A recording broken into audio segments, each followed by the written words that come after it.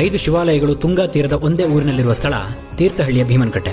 ವನವಾಸದಲ್ಲಿದ್ದ ಪಾಂಡವರು ದೂರ್ವಾಸ ಮುನಿಗಳಿದ್ದ ಈ ಜಾಗಕ್ಕೆ ಬರ್ತಾರೆ. ಅವರ ಜೊತೆಗಿದ್ದ ಸಾವಿರಾರು ಸನ್ಯಾಸಿಗಳಿಗಿದ್ದ ನೀರಿನ ಅವಶ್ಯಕತೆಗೆ ಭೀಮಸೇನ ಇಲ್ಲೊಂದು ಸೇತುವನ್ನು ನಿರ್ಮಿಸುವ ಪ್ರಯತ್ನವನ್ನ ಮಾಡ್ತಾರೆ. ಆದ್ರೆ ಕಾರಣಾಂತರದಿಂದ ಕೃಷ್ಣನ ಸಲಹೆಯ ಮೇರೆಗೆ ಈ ಕೆಲಸವನ್ನ ಅರ್ಧಕ್ಕೆ ಕೈಬಿಡ್ತಾರೆ. ಇದರಿಂದ ಈ ಊರಿಗೆ ಭೀಮನಕಟ್ಟೆ ಅನ್ನೋ ಹೆಸರು ಬರುತ್ತೆ.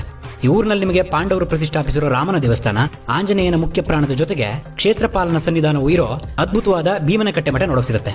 ಈ ಪ್ರಶಾಂತವಾಗಿದ್ದ ಮಠವನ್ನೆಲ್ಲ ನೋಡಿಕೊಂಡು 1000 ವರ್ಷದಷ್ಟು ಇತಿಹಾಸವಿರೋ ಇದರ ಕಥೆಯನ್ನೆಲ್ಲ ಕೇಳುವಾಗ ಈ ತುಂಗಾ ನದಿ ತೀರದಲ್ಲಿರೋ 5 ಜನ ಪಾಂಡವರು ಪ್ರತಿಷ್ಠಾಪಿಸಿರೋ 5 ಶಿವಾಲಯಗಳ ಬಗ್ಗೆ ತಿಳಿತು.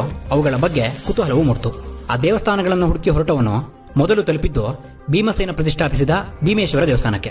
ಈ ಪ್ರಶಾಂತವಾಗಿದ್ದ ದೇವಸ್ಥಾನದ ಜೊತೆಗೆ ಎದುರಿಗಿದ್ದ ತುಂಗಾ ನದಿಯಲ್ಲಿ ಭೀಮ ನಿರ್ಮಿಸಿದ್ದು ಎನ್ನಲಾಗೋ ಭೀಮನಕಟ್ಟೆಯನ್ನು ನೋಡಿಕೊಂಡು ಅದರ ಪಕ್ಕದಲ್ಲಿರೋ ಅರ್ಜುನ ಪ್ರತಿಷ್ಠಾಪಿಸಿದ ಗಂಗಾಧರೇಶ್ವರ ದೇವಾಲಯಕ್ಕೆ ಬಂದೆ. ಅರ್ಚಕರಿಂದ ಈ ಭೀಮನಕಟ್ಟೆಯ ಕಥೆಯನ್ನ ಕೇಳೋದ್ರ ಜೊತೆಗೆ ಈ ಎಲ್ಲಾ ದೇವಾಲಯಗಳು ನಿರ್ಮಾಣವಾಗಿದ್ದು ಕೆಳದಿ ಅರಸರ ಕಾಲದಲ್ಲಿ ಅನ್ನೋ ವಿಷಯವನ್ನು ತಿಳ್ಕೊಂಡೆ. ಅಲ್ಲಿಂದ ಧರ್ಮರಾಯ ಪ್ರತಿಷ್ಠಾಪಿಸಿದ ಉಮಾಮಹೇಶ್ವರ, ನಕುಲನಿಂದ ಪ್ರತಿಷ್ಠಾಪಿತವಾದ ಭವಾನಿ ಶಂಕರ, ಸಹದೇವನಿಂದ ಪ್ರತಿಷ್ಠಾಪಿತವಾದ ಗಂಗಾ ವಿಶ್ವೇಶ್ವರ ಊರೆಲ್ಲ ಸುತ್ತಾಡಿ ಇವಿಷ್ಟು ದೇವಾಲಯಗಳನ್ನು ನೋಡಿ ಮುಗಿಸಿದೆ. ಒಂದೊಂದು ವಿಭಿನ್ನ ದೇವಾಲಯಗಳು ಹಿಂದಿನ ಸಾವಿರಾರು ವರ್ಷದ ಕಥೆಗಳು. ಇದನ್ನೆಲ್ಲ ಕೇಳ್ತಾ ಈ ಭರತ ಖಂಡದ ಇತಿಹಾಸ, ಸಂಸ್ಕೃತಿ, ಪುರಾಣಗಳು ಅದೆಷ್ಟು ಶ್ರೀಮಂತ ಅಂತ ಅನಿಸ್ತು. ಯಾವುದೋ ಪರದೇಶದ ಪಿರಮಿಡ್ಗಳ ಕಡೆ ಕಣ್ಣಾಯಿಸಿ ಅದ್ಭುತ ಅಂತ ನಾವು ನಮ್ಮದೇ ನೆಲದ ಐತಿಹಾಸಿಕ ಪೌರಾಣಿಕ ಜಾಗಗಳ ಬಗ್ಗೆ ಗಮನ ಹರಿಸಬೇಕು ಅಂತ ನನ್ನ ಉದ್ದೇಶ. ನಮ್ಮ ಸುತ್ತಮುತ್ತಲಿನ ವಿಭಿನ್ನ ಜಾಗಗಳ ಕಥೆಯನ್ನ ನಿಮ್ಮ ಮುಂದೆ ತರೋದು. ನನ್ನ ಕೆಲಸವನ್ನ ಬೆಂಬಲಿಸೋಕೆ ಫಾಲೋ ಅನ್ನೋ ಆಯ್ಕೆ ಮಾತ್ರ ನಿಮಗಿರೋದು.